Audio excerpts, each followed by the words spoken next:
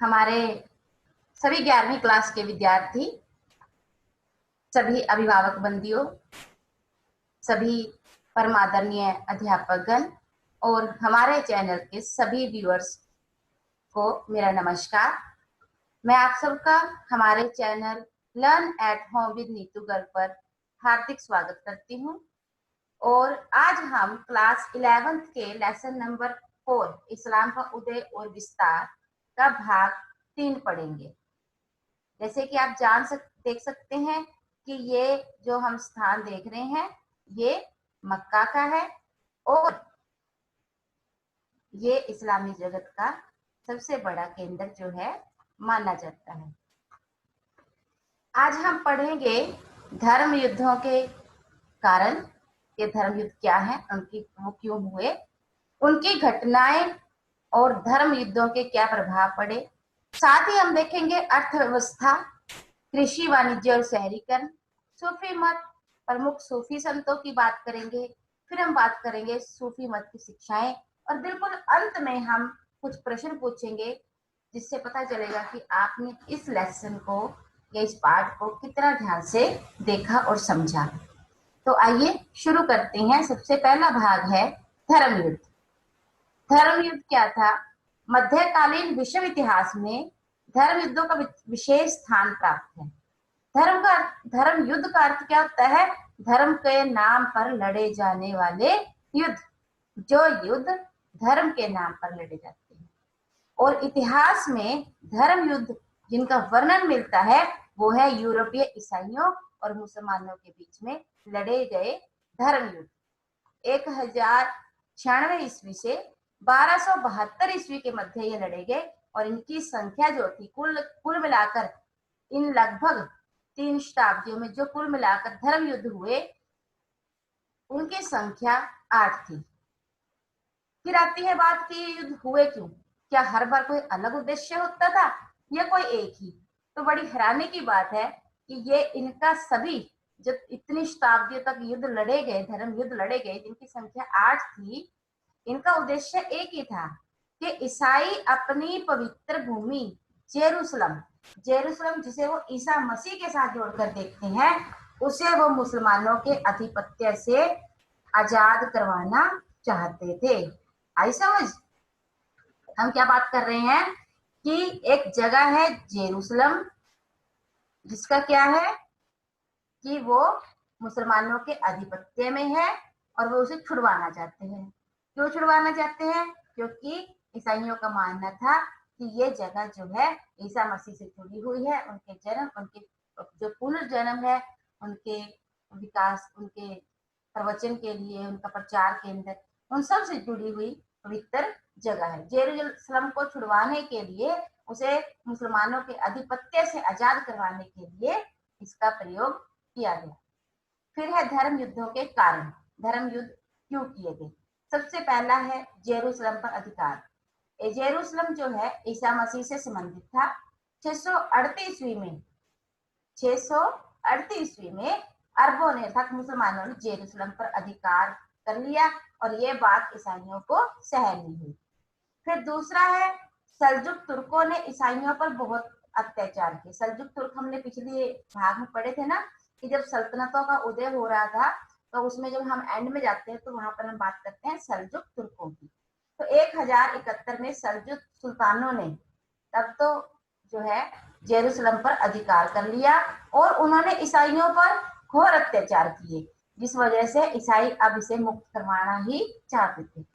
फिर है तत्कालीन कारण। तत्कालीन कारण क्या होता है? वो चिंगारी जिससे एकदम युद्ध भड़क जाता है। कौन सी घटना ऐसी बनी जिसके बाद ये युद्ध शुरू हो गए?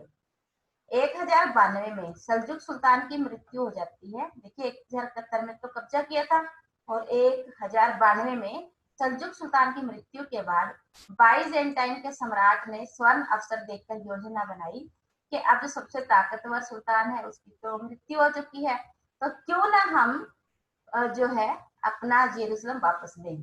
पोप अर्बन द्वितीय जो धार्मिक मुखिया होता है सबसे ऊपर ईसाई जगत में, से पोप कहा जाता है, और वो उस समय जो था वो अर्बन द्वितीय था। उसने भी इस बात के लिए जो है सम्राट का साथ दिया और लोगों से अपील की कि वे इस धर्म युद्ध में शामिल हों। अब सबसे पहले हम कितने धर्म युद्ध हुए हैं टोटल? 8।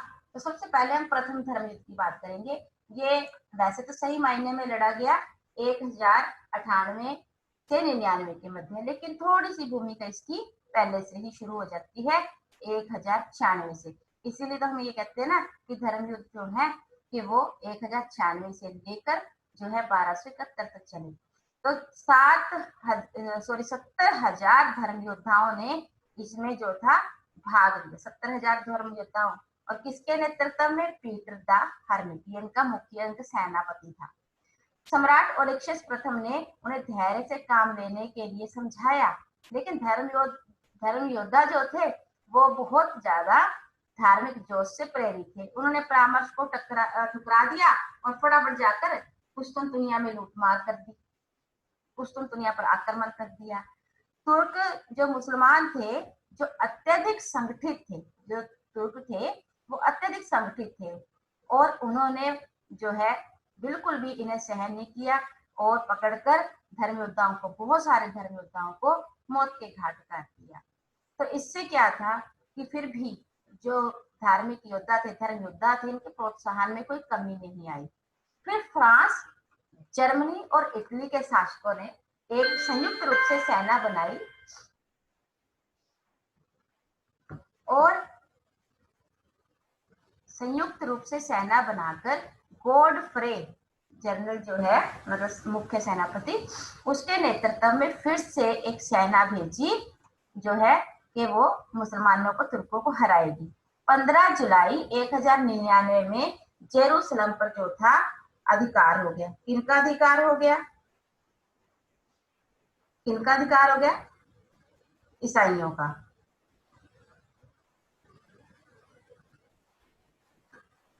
उसके बाद उन्होंने भी बहुत सारे मुसलमानों को मौत के घाट उतार दिया और गॉडफ्रे को वहां का, जेरूसलम का शासक घोषित कर दिया गया। ये था प्रथम धर्म युद्ध। फिर हम बात करेंगे द्वितीय धर्म युद्ध की।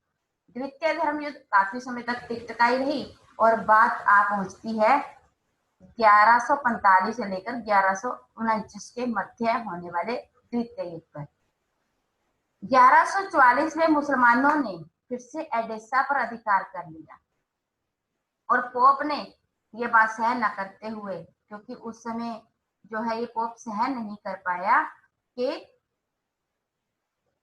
एडेसा जो जेरूसलम के पास पड़ता है कि वहां पर मुसलमान अधिकार कर लें, तो पोप ने दूसरे धर्म युद्ध की फिर से घोषणा कर दी और फ्रांस और जर्मनी की सेनाओं ने दमिश्क को घेर लिया।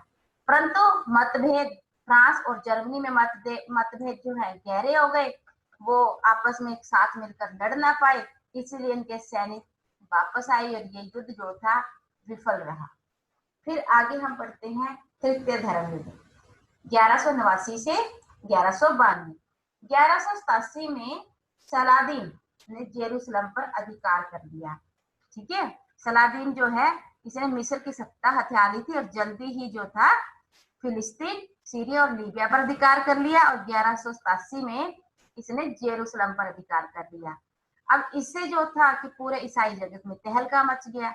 यूरोप के ईसाइयों ने जेरूसलम पर फिर से अधिकार करने का निर्णय लिया और इसी उद्देश्य से जर्मनी, फ्रांस और इंग्लैंड की संयुक्त सेनाओं ने आक्रमण की योजना बनाई। 1189 में तीसरे धर्म युद्ध की घोषणा कर दी गई और आरंभ में तो कुछ सफलताएं प्राप्त हुई, लेकिन स्लेप नदी को पार करते हुए जो इनका मुख्य सेनापति था बरबोसा, उसकी मृत्यु हो गई और फ्रांस और इंग्लैंड जो थे इनमें भी मतभेद बढ़ गए और ये इकट्ठे संयुक्त होकर लड़ ना पाए। इसीलिए 1192 में सलादीन के साथ जो था समझौता हो गया और सलादीन ने ईसाइयों को जेरूसलम में उपासना करने की, उनके चर्च में जाने की इजाजत दे दी। फिर है अन्य धर्म युद्ध, क्योंकि ये बहुत बड़े युद्ध नहीं थे। जो पहले 3 युद्ध थे वही थोड़े फेमस थे, ये वाले नहीं थे इतने ज्यादा, लेकिन फिर भी ये धर्म युद्ध हुए हैं, धर्म के नाम भी हुए हैं। इनमें भी जो है लोगों की मृत्यु होती रही, यानी कि पूरा यूरोप और जो अरब था इन युद्धों में उलझा रहा। तो चौथा जो धर्म युद्ध था वो 1202 से लेकर 1204 ईस्वी तक, पांचवा 1216 से लेकर 1220, फिर छठा जो था वो 1228 में, सातवां 1249 से 1254 और आठवां जो है 1270 से 1272 तक हुआ।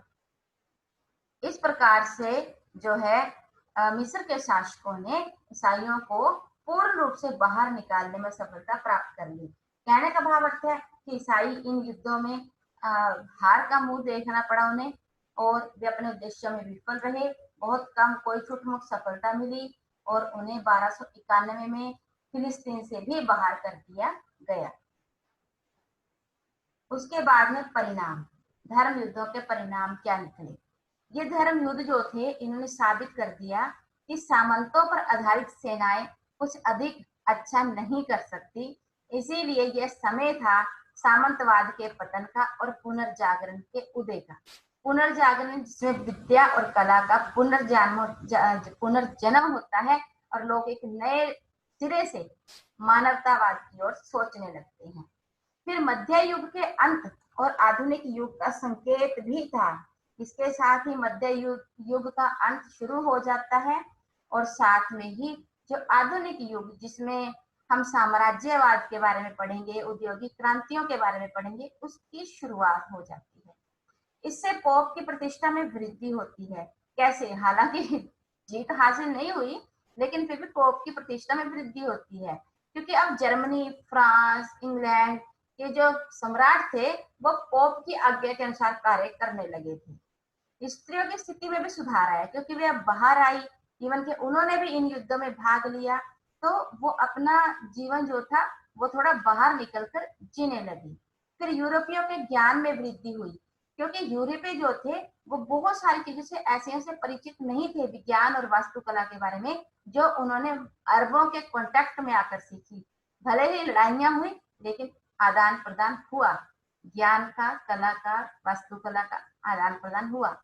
फिर पश्चिम और पूर्व के व्यापार को भी प्रोत्साहन मिला, भौगोलिक खोजों को प्रोत्साहन मिला। अब ये निष्कर्ष निकला कि कहीं दूर दराजे इलाकों में, दूर के प्रदेशों में भी एक अलग दुनिया है जिन पे अपना आधिपत्य जमाया जा सकता है। संस्कृतियों का आदान प्रदान हुआ और कला का प्रवाह हुआ। अब बहुत सारी अरब में ऐसी बिल्डिंग्स, ऐसे मकान, ऐसे मकबरे, महल बनने लगे, ऐसे भवन बनने लगे जिनमें कहीं ना कहीं यूरोपीय शैली, यूरोपीय प्रभाव दिखता था और ऐसे यूरोप में बनने लगे जिन पर अरब का प्रभाव भी नजर आता था। फिर हम पढ़ेंगे अर्थव्यवस्था। अर्थव्यवस्था में सबसे पहले हम बात करेंगे कृषि की। कृषि इस्लामी लोगों का प्रमुख व्यवसाय था और लोगों से भूमि कर, जिसे खराज कहा जाता था, वो लिया जाता था। ये 20 से 50% होता था, लेकिन जो मुसलमान होते थे जिन्होंने इस्लाम धर्म को कबूल किया हुआ था, उनसे ये खराज कर जो है 10% लिया जाता था। इसीलिए बहुत सारे लोग इतना भारी भरकम खराज देने की बजाय उन्होंने मुसलमान धर्म, इस्लाम धर्म को अपना दिया, वे मुसलमान बन गए। इससे क्या हुआ कि राज्य की आय कम हो गई। राज्य की आय कम हो गई तो शासकों ने जो था धर्म अंतरण अर्थात धर्म परिवर्तन करने को निरुत्साहित किया और कराधान के एक समान रूल लगाए ताकि सब समान जो है टैक्स पे करें। उस समय की प्रमुख फसलें देखिए, सबसे प्रमुख जो थी वो खजूर, फिर कपास, नील। नील कहते हैं मतलब जिससे हम कपड़ों को डाई करते हैं, वो नील की खेती में आते हैं। आम, संतरा, केला, ये सब जो है वहां पर उगाए जाते थे। क्योंकि भूमि इतनी अधिक बढ़िया नहीं थी, उपजाऊ नहीं थी, तो इसीलिए वहां पर थोड़े बहुत फल कर लिए जाते थे। उसके बाद है व्यापार। समरकंद और बुखारा, समरकंद भी और बुखारा भी, ये कागज उद्योग के लिए प्रसिद्ध थे। अब इसकी भी एक बड़ी अच्छी कहानी है कि 751 ईस्वी की एक लड़ाई में 20,000 चीनी सैनिकों को बंदी बना लिया गया और उनसे कागज निर्माण की विधि हासिल कर ली। और फिर वहां पर ये अरब में समरकंद और बुखारा में कागज बनाया जाने लगा।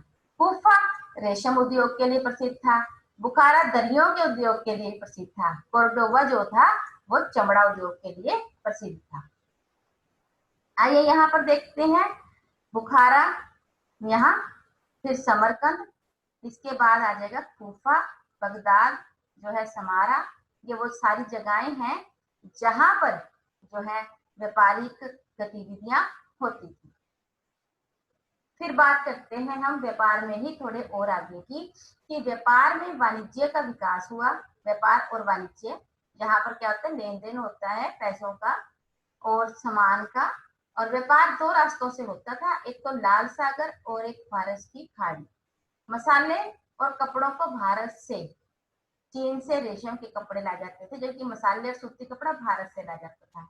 जमीन पर जो व्यापार होता था, यह उस सामान को ऊंटों की मदद से बगदाद और दमिश्क तक लाया जाता था, क्योंकि बगदाद दमिश्क जो थे बड़े राजधानी नगर थे। अरब सैनिकों को बसाने के लिए शहरों का विकास किया गया, क्योंकि अरब सैनिक थे जो बड़ी संख्या में थे, तो ये कहीं कहीं से लाए गए थे, तो इनके लिए शहर बसाए गए। और जो प्रमुख सैनिक नगर हैं वो कूफा, मिस्र, बसरा, फुस्तात, काहिरा और बगदाद और दमिश्क जो थी, ये राजधानी नगर थे। इन शहरों में गरीबों के लिए मकान बनाए गए, सब्जी की दुकानें, कब्रिस्तान, सराय, ये सब व्यवस्थाएं जो थी शासकों के द्वारा की जाती थी। यह फिर से देखते हैं, देखिए, जो व्यापार होता था फारस की खाड़ी और लाल सागर के जरिए होता था। ये सारा अरबी तो है ना, ये देखिए मक्का, ये मदीना। तो यहाँ पर जो बड़े शहर हैं, एक तो कूफा हो गया, ठीक है, बुखारा, समरकंद, इसके अलावा दमिश्क राजधानी जो है ये हो जाएगा। तो ये सारे जो है, ये ऊपर बगदाद है, ये सब जो थे ये शहर थे, बड़े शहर, जिनमें से कुछ व्यापारिक थे तो कुछ सैनिक शहर थे, कुछ राजधानी शहर थे।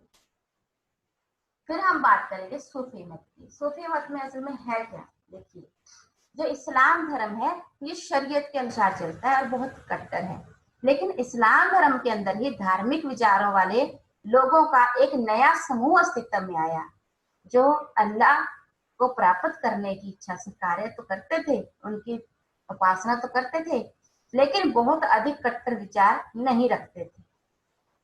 और ऐसे लोगों के समूह को सूफी संत कहा गया, सूफी मत कहा गया। मध्य काल में इस्लाम में धार्मिक विचारों वाले लोगों का एक नया समूह आया, जिसे क्या कहा गया, सूफी मत। ये शब्द के कैसे बना, इसके बारे में सभी अलग अलग विद्वानों के अलग अलग विचार हैं। कुछ लोग कहते हैं कि सूफी शब्द जो है वो सफ से बना है। सफ का अर्थ क्या होता है, पंक्ति, क्योंकि ये परमात्मा के दरबार में प्रथम पंक्ति में, प्रथम सफ में खड़े थे, इसीलिए इन्हें सूफी कहा गया। फिर है उदार विचारों वाले, साफ हृदय वाले, इन्होंने खुद को मानवता और खुदा को समर्पित कर दिया, इसीलिए इन्हें साफ हृदय वाले अर्थात सूफी कहा गया। फिर है सूफ। सूफ क्या होता है, कंबल। जो सूफ या ऊन पहनते थे, क्योंकि अक्सर जो सूफी मत के सूफी संत थे ये कंबल ओढ़ के रखते थे गर्मी सर्दी, तो इसीलिए क्योंकि सूफ ओढ़ते थे, सूफ पहनते थे, इसीलिए इन्हें सूफी संत भी या सूफी मत के न्यायी कहा गया। अब हम कुछ सूफी संतों की, प्रमुख या प्रसिद्ध सूफी संतों की बात करते हैं।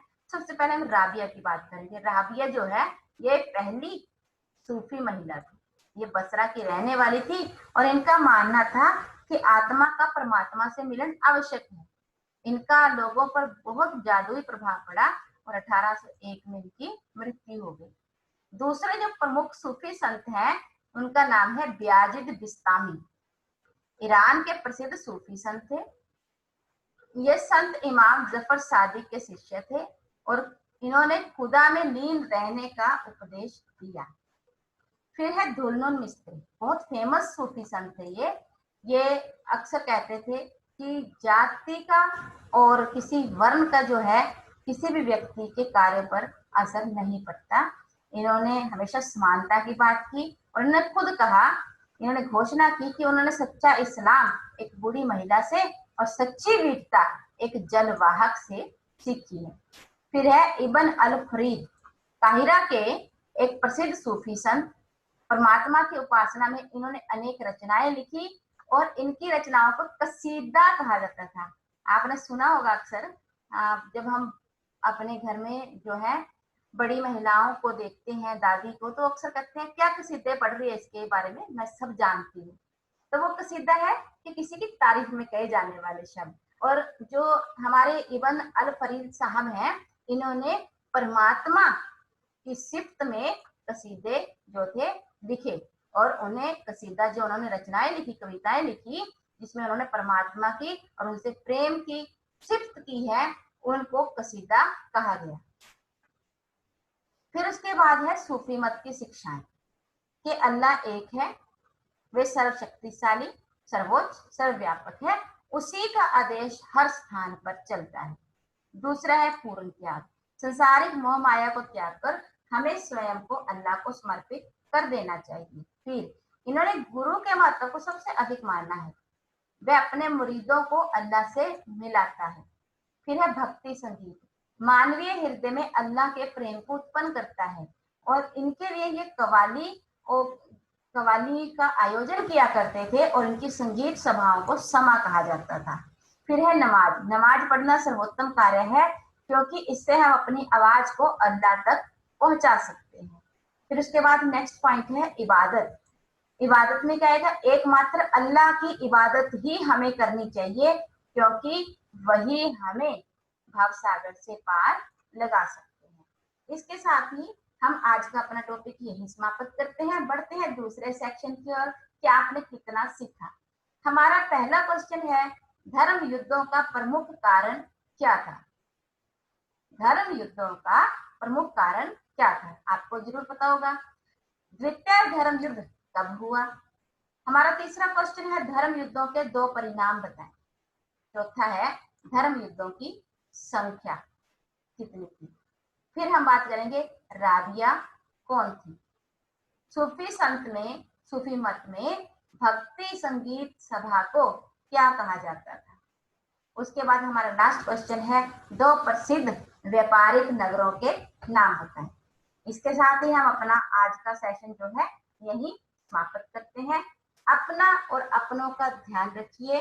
Take care and